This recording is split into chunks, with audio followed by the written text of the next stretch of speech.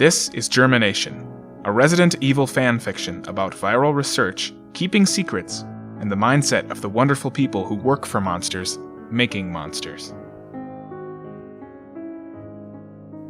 This story was written by Ian Connell, and is narrated by Ian Connell, Tony Lappako, Natalie Lappako, and Peter Snell. This story is fiction. All resemblance to persons past and present, and all reference to historical events, is for effect, and not for the purpose of defamation, revisionist history, or for use in your culture studies paper that is due tomorrow.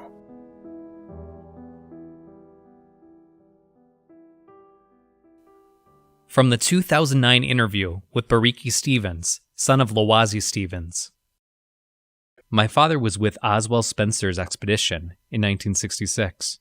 Records say that this is when the virus was discovered, but that is not true. The virus was only rediscovered by Spencer and his party. The virus was known to people from generations ago, long before the Europeans arrived in Tanzania. They did not know it was a virus. To them, it was a bridge to the world of spirits. It was known as the Kifula, which in English is the stairway to the sun. I first heard the story from my grandmother, my Coco. When I was a boy, Coco liked to tell us stories while we ate. She was a good cook, but we liked to run off and play. Even my sister, Tricia, who was the oldest and a typical rule follower, she liked to run off if the rest of us found a new adventure. But when Coco told the story of Desu, the Sun King, we sat quietly and listened. It goes something like this. Long before the Europeans came, the Sun King reigned for 20 generations of men. He hunted lions, Cape buffalo, even hippos, with his bare hands. He never lost a battle, and soon he conquered much of Africa. 3,000 tribes gathered to his banner, and with them, tens of thousands of conquered slaves. Their drums shook the plains. The kingdom stretched from desert to jungle to ocean, farther than a man could walk in a year, though his best warriors could run its expanse in a month. His people traded with the Arabs, the Indians, even the Europeans. After him reigned another Sun King, and after him another one. Each mighty Sun King united all the peoples of the land under their spears. To disobey him was to die. Each successor to the throne was not chosen by blood, or by decree, or even by rebellion. Each successor was chosen by a trial, by chance. It happened like this. Any man who questioned the king's rule had a choice. He could choose to face the law, which forbade speaking out against the king. If he faced the law and was found guilty, he might be tied to a tree and whipped 5 times for every year he lived. If he cried out, he would be burned in a heap of dry brush. But if the man chose, he could receive the Kifula, and nobody chose the Kifula. The Kifula was agony, worse than fire. When each last Sun King ascended, it was because he chose the Kifula and did not die. The last was a man named Desu. He was to be fed to the hyenas for stealing a cow. When offered the Kifula, he accepted. He was brought hundreds of miles to the throne of the king, where he was tied to the ground, cut open from the sternum to waist, and given the Kifula. The princess crushed the Kifula and pressed it into his rib next to his heart. He thrashed beneath his bounds and died. But an hour later, Desu opened his eyes. The Kifula chose him and made him mighty. He snapped the ropes that held him and rose to his feet. He fought the old king.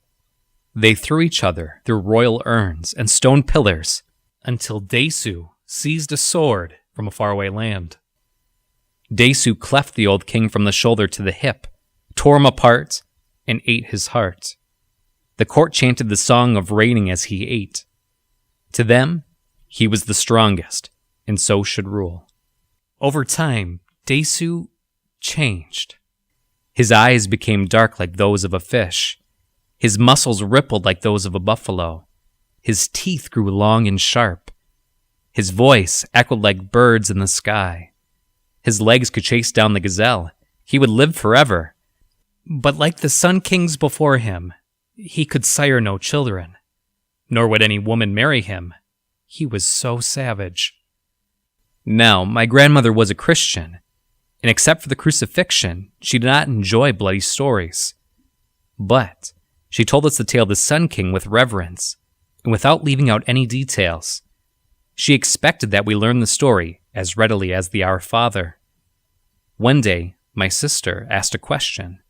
She said, "Coco, what happened to the Sun King? Where did he go?" We were all wondering it. Coco was quiet. Was the Sun King like Jesus? Did he ascend into heaven? My grandmother, she got very angry. No, she said. And she shook her head and stamped her foot. Nobody is like Jesus, she said.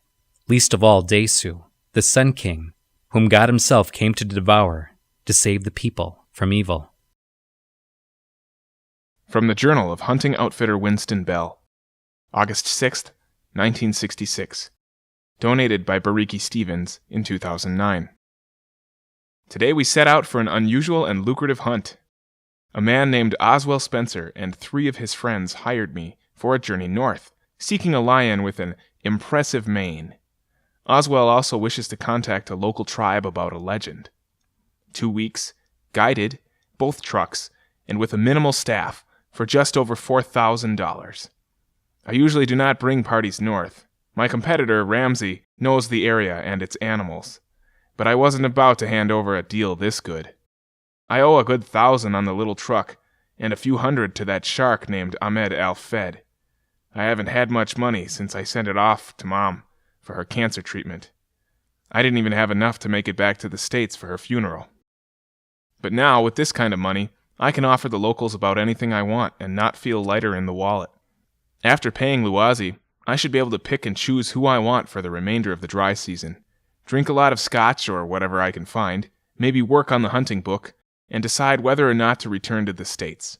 It's a lot of cash, and it belongs in a better bank than that tiny brick shack in Kajuju.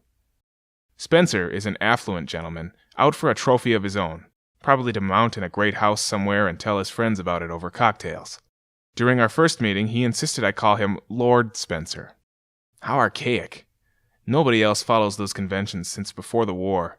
He talks down to everyone, even a little to me, although he smiles at me in a no-harm-done way. That won't fly in the field. Other than that, Spencer seems very particular.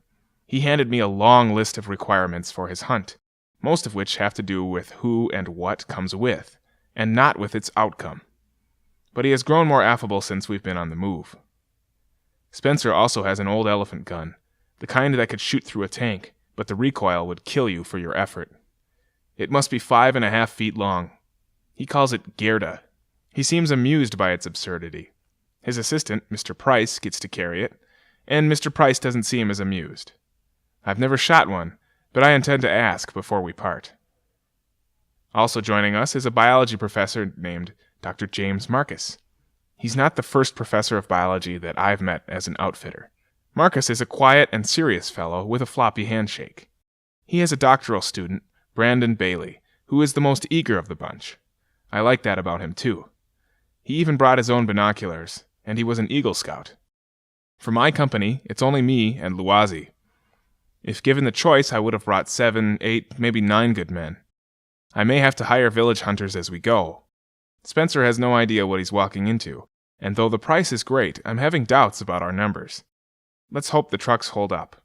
I just had the carburetor fixed on Big Blue, so it should be okay. August 7th, 1966. Spencer made a weird remark today. We were making camp on the savannah, atop a small hill with some rocks. It was a nice evening. The temp was cooler, a little breeze came through, and the sun slid down the horizon like a raw egg. I was teaching the group to build a fire and to set a perimeter of noisemakers for lions.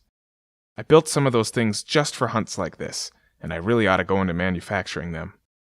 Spencer asked me about my rifle, the Lee Enfield Mark IV. I told him a friend of mine in the SAS used one in the war.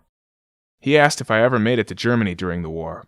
I told him I spent most of it in an Italian prison camp, but I did visit Berlin before being sent home. Spencer grinned at me and said, "I knew Hermann Goering." He waited, and watched my face fill with disbelief. Then added, "And I once met Joseph Mengele. Dr. Marcus wanted to meet him, so my father arranged a meeting. Gehring used to visit my father's summer house. I asked him how a man with a Massachusetts accent knew two of the war's greatest devils. Did they come to the States before the war?" "No, I met them in Austria," Spencer said. I nodded, but I wondered where he was going with this. "What did you think?" I asked. "Very loyal. The kind of men who can get anything done." "Anything," I said. "Yes," Spencer said. "But real bastards, of course. You would never guess they could be so terrible when they visited. Gehring loved to talk planes and strategy. He tried to teach it to me over card games. And Dr. Mengele loved to ski and could not wait for the next snow." He smirked as I stared at him. "But in the end, terrible men. Terrible," he said. Now, I was a ranger. I don't let BS take my eyes off the sights. We're going hunting, for animals, and the pay is good. I don't like the idea of entertaining a Kraut sympathizer, but maybe I just misunderstand him. Later he asked, "How are we doing? Are we going to arrive tomorrow or the next day?" Spencer is eager to reach the Depaya village. He wants to meet them before he begins hunting. He and Marcus want to ask about an old legend that he heard from a friend. It so fascinated him that he chose to hunt here and not Kenya. He expected me to provide a translator, but the Depaya are a private sort, so I had to hire Luwazi. Luwazi is not Depayan, but he can speak a language the Depaya understand. I told Spencer we might make it tomorrow, but when the men of the tribe hunt, the village guardians don't allow visitors in. You have to wait until the hunting party comes back, so we may have to wait even if we get there. Spencer nodded and looked off into the sunset. He asked if they trade. I asked Luwazi, and Luwazi shook his head. "They are very private," Luwazi said. I told them about Dr. Brunet, an Italian researcher who stays with them sometimes. But other than her, I know nobody who deals with the Depaya. On hunts, we don't typically go near their land. Marcus asked if Dr. Brunet is a physician. I told him she's an archaeologist. He looked surprised and glanced at Spencer. Spencer slowly repeated the words, "an archaeologist." Then he asked me if she's with the Depaya right now. I told him I have no idea. This is a huge country. You can wander into the brush and stay alive with a gun and some trade bait, but you might not come back for months. And anyway, Dr. Brunet is an Italian. She's educated and polite, I'll give her that. But me and Italians stopped being friends in 1943, even the pretty ones like her. When Spencer just looked at me, confused, I told him that being a POW under a bunch of hot-headed Dagos will do that to a guy. Spencer smiled. "Well, I hope you'll introduce me all the same. I want to find out what an archaeologist is doing out here. You wouldn't expect to find much in the way of ruins and artifacts." I said I would introduce him, but only because Dr. Brunet is nice. Some of the nicest people in Italy are Italians, the saying goes, and apparently that's true of Tanzania, too. That night we ate the best parts of a gazelle that Luwazi shot, and cooked over the fire. It was a great shot, too. 145 meters, his .405 Winchester, iron sights, straight through the lungs. Spencer's assistant, Price, produced a small bottle of wine from his pack, and offered Spencer the first sip. Spencer waved it away. "Gentlemen," Spencer said, "I have a story about a local legend, straight from the mouth of Charles Ashford, father to my friend, the current Lord Edward Ashford. Some of you have heard it, but it has some bearing on our adventure. Would you like to hear it?" "I would," Price said. I agreed too. Spencer pulled a folded piece of magazine paper out of his shirt pocket and read us the story of the African ghost. My friend and serial hunting companion, Lord Charles Ashford, died in 1929. It is with some trepidation that I retell his queerest story. Some may think, upon hearing the tale, that he was mad. I assure you he was not. I believe that he told the account of the African ghost in complete sincerity. If he did not, it was not for self-delusion, but to impress and entertain a daughter like myself. In 1908, 2 hunters went to Tanganyika for an annual constitutional, as they called it, to exercise the primal urge to hunt. They were men not unlike yourselves. You can picture them, 2 chaps wearing khaki, carrying the first nitro rifles, safari hats on their heads, Mouths hidden behind stern and noble moustaches, rhinoceros was the first order of business. Charles brought along his younger friend, Milton Sherwin. Sherwin was the son of an oil baron, Josiah Sherwin, in the States. Milton was a recent Yale graduate. He was also a fraternity man, a Psi Upsilon man. Charles was friends with Milton's father. The friendship began with investments in Toad and Sherwin Oil, later acquired by Standard Oil. Charles took Milton to Africa with him as a graduation present. Milton was 10 years younger than Charles. He was a generous lad who treated the guides with more deference than Charles. Charles knew his place in the world and did not dilute it with any American sentimentality.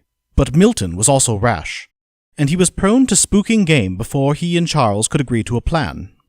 Charles scolded Milton, but he was a friend and not an employee, and so Charles could do no more to impress on him the right tactics. And when Milton cost them the shot repeatedly, their native guides alone kept them fed. One morning the guides informed Charles that a rhinoceros stalked the brush ahead, a great male with 2 mighty horns. Charles told Milton to gear up and bring his aim with him. The rhinoceros was a prize, and Charles would let Milton shoot first and claim the glory, provided he was patient and alert. Charles would only fire if Milton was in trouble. But as ever before, Milton was overeager. He followed the guides, and when he got close enough to hear the animal snorting, Milton nearly sprinted to it. He spooked the rhino, and it charged. Milton sought to escape to the right, but a tree blocked him. He was very nearly impaled. His rifle sling caught on the beast's horn, and suddenly the animal lifted him, shaking him madly. The beast dragged him into a thicket of brush and flung him off. Charles could not find Milton. The natives found the rhino, and Charles fired in the air to scare it away. It was unfazed, and it charged, so Charles killed the beast, first breaking down its legs with repeated shots, then, once immobilized, finishing it with a shot through the eye. But Charles hurried away from his kill. He had to find Milton before the lions came snooping. One of the guides soon reported he found the rhino's trail. Milton had crashed through some underbrush. A guide told Charles to go on foot, but he would not explain what lay ahead. Nor would any of them follow Charles, and all they could say were 2 words: Katum Dipaya. Charles knew neither of these words, but he soon discovered why they spoke them. They stood away from a fallen tribal idol made from sun-blanched wood and colorful stones. They looked at it like a snake, but all he wanted to do was kick it. Charles reloaded his rifle as he walked on. Through the trampled brush he found a rocky cavern in the earth. The hole led straight down and was some 25 meters across, more than large enough to swallow any beast. As he peered down into the darkness, the sun peeked from behind a cloud, and it shone like a torch into the space below. A long way down, Milton lay crushed. His body was heaped on a flower garden built on a stone altar. He must have tumbled into the hole after being thrown. Charles knelt and called to Milton. He called for a long time, but Milton did not stir. Charles ran back to his guides. They stood in a line, waiting for him, unmoving. He asked them for rope, but scanning their simple supplies, he found that none of the locals carried it, and he did not know the word for it to ask. And still, although they must have known Milton's fate, none of them would move. "Will none of you help me?" Charles shouted at his insolent guides. But they merely stared at him. He backpedaled in anger and tripped over the idol, knocking it over. As he picked himself up, he noticed the guides looking at each other in wonder. Charles ran back to the hole. He walked around it in its entirety, finding more of the wooden idols hung from spears. Past the hole and down a slope, he spied a small village of thatched huts jutting from the mud. Charles ran down to the village. He shouted hello in Bantu, but the only person to respond was a lone boy of about 6 years. The boy followed him to the hole and peered down with him. Then the boy turned and ran back toward the village. Charles sighted his rifle on the boy. He never explained why, though perhaps he expected interference, or his rage at Milton's death finally took over. He tightened his stock to his chest and his finger on his trigger and exhaled. At the last instant, he paused. Then one of his guides pushed his barrel toward the earth, and another one gently tugged him by the arm. "Can somebody tell me what's going on?" Charles shouted. The guides took him back to the truck. They had picked the idol back up, he noticed, and they had readied his supplies for departure. "I'm not leaving!" Charles exclaimed. He became distraught. One of his guides drove, to his surprise. He thought of shooting this insolent African. There should be no place on earth where the English cannot care for their wounded, or hold rein for benevolent reasons. But until he returned to Tranduzu, and likely to the train station, he knew of nobody who shared his reasoning. They just drove, wordlessly. From the windows of the truck, Charles began to hear shouts, high and low, shrill, repeating cries. War cries, he thought. From the direction of the little village, one group whooped and another responded. His guides sped up, all eyes wide. They returned to Tranduzu and sought help from the local police. The police told him his friend was dead. The manager of the outfitting company cancelled the contract for the hunt with apologies. The original guides dispersed. Not one of them stayed in Tranduzu. Charles insisted on bringing Milton's body home. He had failed as protector, but to go home without the body would be complete disgrace. He bought rope and hired 6 strong young men to accompany him back to the cave. He bought a new truck and drove out with his companions. When they arrived, it was late afternoon of the next day. The sun was now nearly setting in the west, so when Charles peered down into the cave, he saw a different part of the garden, Milton's body hid in darkness. Charles sent a man down into the cave immediately. The preparation and descent lasted until the sun was nearly gone. The man shined his torch around, and Charles watched from above. When the climber returned, he said he found no body, but there was a lot of blood.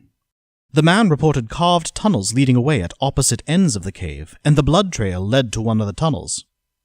Though darkness already closed on them, Charles insisted that the men load their rifles and walk to the village. A great fire could be seen rising from the center of the mud between huts. Charles expected to hear chanting, even to see a multitude of natives roasting the remains of his friend. But when they walked into the village and poked their rifles into the mud huts, nobody was around. One of Charles' men shouted to him. Hung from a spear near the fire was a shield, and pinned to the shield was the hand of a white man. The bones were crushed, and in places stuck out of the skin. A golden pin, neatly polished, stuck out of the fingertip. Charles recognized Milton's Psi Upsilon pin. On the war shield, somebody made a crude picture of the sun, drawn in blood. Charles took the pin. They were goading him. He swore an oath that come daylight he would shoot them all. His men followed track leading into the jungle to the east. Charles decided not to traverse it in darkness. He and his men made camp at the other side of the cave. He set watch. 2 men with a shotgun and a rifle waited in the dark just paces away from the sleeping group. Far away, the roaring of lions kept them alert, but it was whispering arrows that they truly feared. In the morning, Charles rolled over and was stabbed in the side. He rolled back in alarm and found a great rhinoceros horn beside him, at least the length of his arm. Charles quickly concluded it must be the horn of the rhino he took down not long ago, but from where did it come? The remaining men told him that 2 from the night watch had disappeared, those 2 being the second shift of the night. Tracks led all around them, though not a shot was fired. Nor could they find arrows or blood or any sign of conflict. They were alarmed, but not unwilling to press on. Charles led his men back to the village. Again it was empty. But this time another post was erected, a directional arrow made of brush and twine. Its presence confused him. He had never seen the local tribes use it on a sign. Close to where the arrow led, Charles found a path leading into the jungle. Surely it led to an ambush, but how could the natives know these signs? Charles took the path. For a whole day, he and his men walked quietly, cautiously, buzzed by insects and shadowed by monkeys and snakes. At some point, another man went missing, but Charles insisted they press on. One of the 2 remaining men went back to look for the missing man, and so Charles was left with 2 of his original 6 helpers. When evening arrived, they came to the coast of the Indian Ocean. The sky was red and deepening into night. The path led down the steep cliff face. The men believed this was the end, and they would go no further. They wanted to make camp and return home the next day. Charles offered them money, but only one of them agreed to stay. The crash of waves roared against the rock face below. The path was little more than a foot wide, made of loose rock and dark with the sun behind the cliff face. But Charles and his last brave companion towed their way along it, until Charles discovered a great cave mouth. It faced south and was nearly hidden by a shrub. A torch burned outside. Charles took the torch and went into the cave. He entered a great room made of brick and orange and brown stone, lit with torches and mirrors. He stood on a balcony, and nearby staircases descended into the brick-floored room below. The room was at least 100 feet across and another 100 wide, and he marveled at its construction. Perhaps only the Roman Pantheon could compare to its old and sturdy quality. Suddenly, Charles heard a whooping from behind him. Hundreds of natives poured into the room from several entrances. His last man was nowhere to be seen, and dozens of hands pushed his rifle down and shoved him to the staircase. He descended slowly, unable to hear above the shouts and cries. As he neared the bottom of the curving staircase, he beheld more natives carrying bodies into the room on wooden stretchers. Charles realized they were the bodies of his lost volunteers. Each had a large incision in his chest. Each face revealed final moments of agony, eyes wide and bloodshot, tongues gaping, blood seeping from the nose. Charles felt his heart pound and his breath became shallow. He had killed these men, asking them to come here so unprepared. Then his nightmare reached a new plane of awe. "Charles," a man's voice said, rich and deep. He turned and beheld a white man, shirtless, with a ceremonial headdress on his head. Blood caked one side of his head, and into the flesh of his chest was burned a branding in the shape of a tribal sun. "Oh, Charles, you look exhausted." "Milton?" Charles said. "Yes, Charles, good old Milton, old sport," he said in typical American fashion. "Do you see this? I am king. My old dad'll be tickled. I am more than king. I am deathless." "Did you kill these gentlemen, Milton?" Charles said. "Are you going to kill me?" "Oh no, Charles, I would never. I felt compelled to offer each one of them the same chance as me. They cannot be here, you see, and their coming is forbidden. But instead of banishment into death, they chose the kifula. How I shook with anticipation. If any man were to also be selected, we would fight to the death, for he too might be king." "Milton, it's been 3 days. What happened to you? How have you become so savage?" Charles asked. "It's really the opposite. I fell down a man, but I woke up something much more. I feel different, Charles. I feel superior, like there's nothing at all like me. You could not possibly understand. It's like being top man in the Yale Boxing Club, I suppose. Today, I would be top man, I assure you." Milton held up a fist and uncurled it. A new hand, bright white in the flesh and wrinkled, as though an albino pulled his arm from a long bath. Charles gasped. "I saw your dismembered hand in the village," he cried. "Yes, but time heals all wounds, doesn't it? Well, it is time. Like the others, you choose. Will you take the kifula and know that you are at least my equal? We could live as kings, though I don't know if I could stand it. What tribe could have 2 chiefs? What army could have 2 generals? Your other choice is death. Oh, I would save you from it, Charles, but I don't know if my followers could stand it. Their custom is the choice," Milton said, and he smiled a cruel smile. "This is madness," Charles cried. "What choice have I? What choice did you have?" "Destiny is fortune, Charles. It chose me. It was written into my blood all along, perhaps. Perhaps it only ever chooses us. What a grand experiment of the flesh. At Yale, I studied Chesterton, and he believed we are more than the flesh. But what if he was wrong, Charles? What if the flesh is more than we are, and there need be nothing else on earth or in heaven?" "I don't understand your riddles," Charles said. "Let me go. I'm your friend. I was always your friend." "You don't know what it is I am offering," Milton said. "You might live forever." Milton pointed to a woman. She presented a vase of red flowers. Milton took a flower from the vase, smelled it, and tucked it into Charles' shirt. The many members of the tribe closed around him. They seized his arms, his legs, his throat, his hands. They covered his eyes, his mouth, and his nose. He struggled. Surely they would kill him. The stench of old blood on his captor's hands made him swoon. Milton took a great knife with a curved iron blade and a thick golden handle and pressed it into Charles's heart. He began to saw the blade between Charles's ribs. Charles felt his heart speed into a drum roll, and blackness overtook him. When Charles came to, he was in a hospital bed in a crude shack somewhere. On his chest was a big bloody bandage. The doctor told him he was in Kijuju.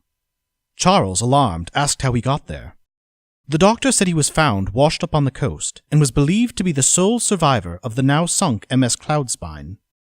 He would have been buried with the other bodies, but he started raving as he was dragged to the mass grave on the coast. Impossible, Charles said. I've been back and forth across the plain hunting. He lay dumbfounded for a moment, then looked around. Beside his bed was the red flower in a clay vase. He asked who left the flower. A young American hunter, the doctor said. He left a note, and the doctor retrieved it from beside the flower. That was the best hunting trip a man could ask for. Get some rest and head home. I've already written my father with my plans to stay a while. Yours, Milton. Charles asked the doctor where the American hunter was. The doctor smiled. He left town with a band of tall warriors in ceremonial dress, the doctor said.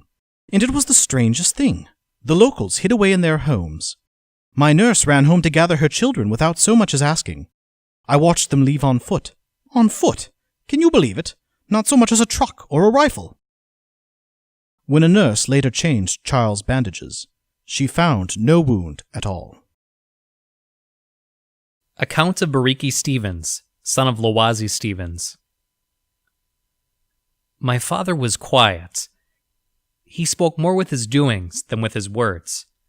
When I was 7 and was crying because a wasp stung me, he took my hand and we walked. He took me to the 3rd village away, where I had never been. They had a well, and Papa asked if we could drink from it. I was so bewildered by the new place that I stopped crying. Papa, I asked, why did we come here? So you would stop crying, he said. I knew he was not mad at me because he smiled. He even carried me part of the way home. One day, Papa told us he would be joining Mr. Bell in another expedition. Mama fought with him many times about it, telling him never to work for the foreign hunters again. They treated the help like animals, and Papa did not disagree. But he said Winston was honest, like he was honest. Mama mocked him, repeating what he said about honesty. She knew that my father was more ambitious than anything. Then she scolded him more, and later she threatened to throw his dinner into the grass. So my father finally told us why he was going. He said Winston was offering him 5 times the daily rate for 2 weeks. We could move if we wanted, closer to Trunduzu, and he could get a job at the hospital or even with the power company. I could go to school at the mission, and if the money kept coming, my sisters could go too. The next day, Papa let us play Kujipikarisha while Mama went to see her sisters. When you play that game, you start a fire and put pretend food items into a pretend pot so they can cook. We started a fire in the fire pit, and Papa even handed me some spent bullet cartridges. I remember they were longer than my fingers, maybe twice as long. Papa said they were for Winston's biggest rifle. Do you ever get to shoot on the hunts? I asked. Papa said he did, but don't ever tell your mama or anyone. He gave my sisters some throwing bones and a broken compass, but they kept the compass and did not put it in the fire. We pretended to cook the cartridges. When they were burning, I asked if they would explode again and shoot bullets. I hoped they would. But Papa said they would not. The day before the trip, Papa spoke with Mama in quiet whispers while we slept. I was still awake with cramps. We ate a lot of old food back then. It was cheap or free, and we could afford cheap or free. As I waited for the cramps to subside, Papa said a word I knew, one too large to hush from across our hut. Dipaya, the Sun People. In those days, there were more of them, but they were avoided by everybody. Sometimes, the biggest boys in the village would claim they had Dipaya blood, and that it would make them strong and everlasting. Papa would not tell me anything specific when I asked him. He said to stay away from them, like you would a snake. Stay away, and if you don't, I will give you a whipping you will never forget. Mama said something in an angry voice, and Papa talked over her. He said he had met the Dipaya many times before, and they never hurt him or anybody else. Then Mama asked, have you met him? The Sun King too? Then neither of them said anything else. I could hear her stroking his hair. He didn't say goodbye. He never liked goodbyes. He got up before the sun. He spent a long time filling his pack. The sky was pink when he walked out. I remember seeing Papa's silhouette in the doorway before he left. He touched his hands to the edges of the door at the height of his hips, then curled his hands inward. It was a pose unlike anything we did. It was an American pose. The way he fidgeted with his hands at that height made me wonder for years. Now that I've been in the army and seen movies, I know. He was practicing to draw a revolver from its holster. Winston must have taught him. My father was a dangerous man, and I loved him more when I knew that, and I thought that nothing could stop him. But Mama cried. She said we may never see Papa again. I knew it was because of where he was going. From the Journal of Winston Bell, the morning of August 8th, 1966. It's a nice morning, but I missed a lot of sleep. Not because of that ghost story. That's the kind of stuff that Boy Scout troop leaders tell the boys. Sometimes guys would bring stories to bivouac campfires when the front lines were far away, and I would hear the same stories. Always the little twist at the end. I think I would be more disturbed if they forgot the little twist. No, my problems were here, of real concerns, not phantoms out of magazine pulp. One of us stays up to watch for animals. That's the rule. It's mostly lions, but sometimes a wandering elephant or a snake will visit. With a group this small, it is doubly important. When I thought about Dr. Marcus pulling a shift, I realized it was a bad idea. He would probably kill himself with a BB gun. The first time I saw him take his rifle, he grabbed it right by the end of the barrel. We went over some safety training, and he followed it like a machine, but his lack of confidence still unnerves me. If I brought more men, this would not be a problem, but Spencer insisted on keeping our party as small as possible. I had to insist on bringing Lowazi, because only he speaks all the necessary languages. When we negotiated, Spencer nearly called off the whole trip, because he didn't want any locals. It is apparent that Spencer does not like Africans the way that old spinsters resent noisy children, so why even come to Africa? I finally got an answer to that question last night. At 2 a.m., Dr. Marcus was supposed to relieve me. He was AWOL and probably forgot. But he was not asleep when I went and got him. He had a flashlight out, and he was looking over a notebook. Beside the notebook, he had a picture frame with a plant pressing inside it. It was a large flower, red, almost blood-colored. "What the hell is that?" I asked him. "Der Sonnentreppe," he said. His German was perfect. Spencer's probably is too when he decides to be Austrian and not American. Marcus continued, "In English, the Stairway to the Sun. A flower discovered by Dr. Hans Sommerfelter in 1922. It could never be grown far from the equator, even in a greenhouse." I asked if it was the same flower from the ghost story. He said it is possible, maybe unlikely, but they won't know until they get a better sample. I was feeling surly. It was late. I asked, "Are you looking to be the next king of the Depaya?" Marcus looked up at me with wide, unblinking eyes, which I think is as close to anger as he ever gets. Solidly serious. "I am not," he said. I half expected an enthusiastic "Jawohl" or "Nein." "You don't think it can stop death?" I asked. That sounds like a lot of smoke and mirrors that Depaya spread around to scare their enemies. Marcus said, "It is possible. Phenomenally unlikely, but I am never a man to rule out possible. I have known outfitters who take clients out looking for rare plants and insects. It will cure cancer, they say, or regrow a lost tooth. Or, when you're an old man and you can't talk about it for shame, help you get your end up. Bogus stuff. At least with Spencer we got a decent ghost story. But a scientist receiving it with anything other than contempt surprised me. "So did you tag along with Spencer just to get this flower?" I asked. "I want to see the flower in its native habitat. I want to sample and seed too. But I came primarily to hunt." Sure he did. Marcus is one of those fancies who live in academic la-la land. His head is full of flowers and books and experiments and abstract ideas. Hunting to him is like knitting to me. I asked him, "So if the legend is true, then the king of the Depaya is a white man, and he's out here still, beating his chest and spearing giraffes?" Dr. Marcus smiled a lame smile. He picked up his rifle, nearly dropped the muzzle in the dirt, and walked over to the rock where I had sat on my watch.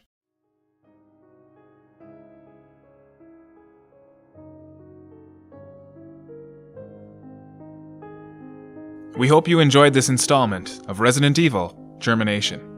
You get what you pay for, right? Please look for Part 2 soon, and thanks for listening.